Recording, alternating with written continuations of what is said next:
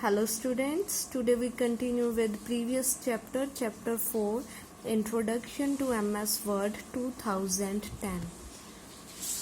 And we'll start from creating a new document. For creating a new document, first of all, click on a File tab, select New option.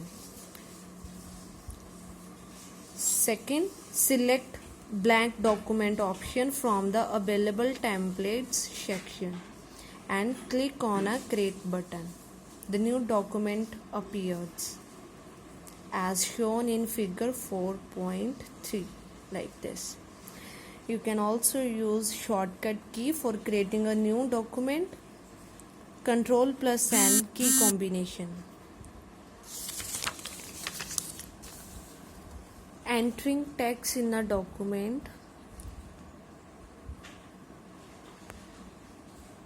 Once the new document is open, you can start typing in a document using the keyboard. It means you can enter the text in a document by using keyboard. Okay. While typing, do not press the enter key when you reach the end of the line.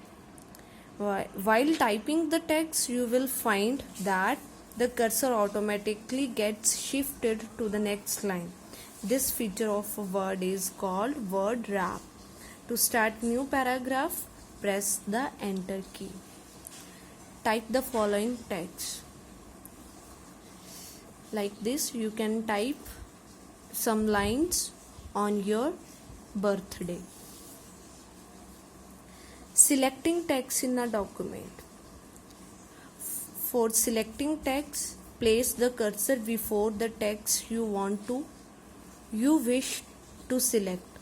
Like you want to select from here.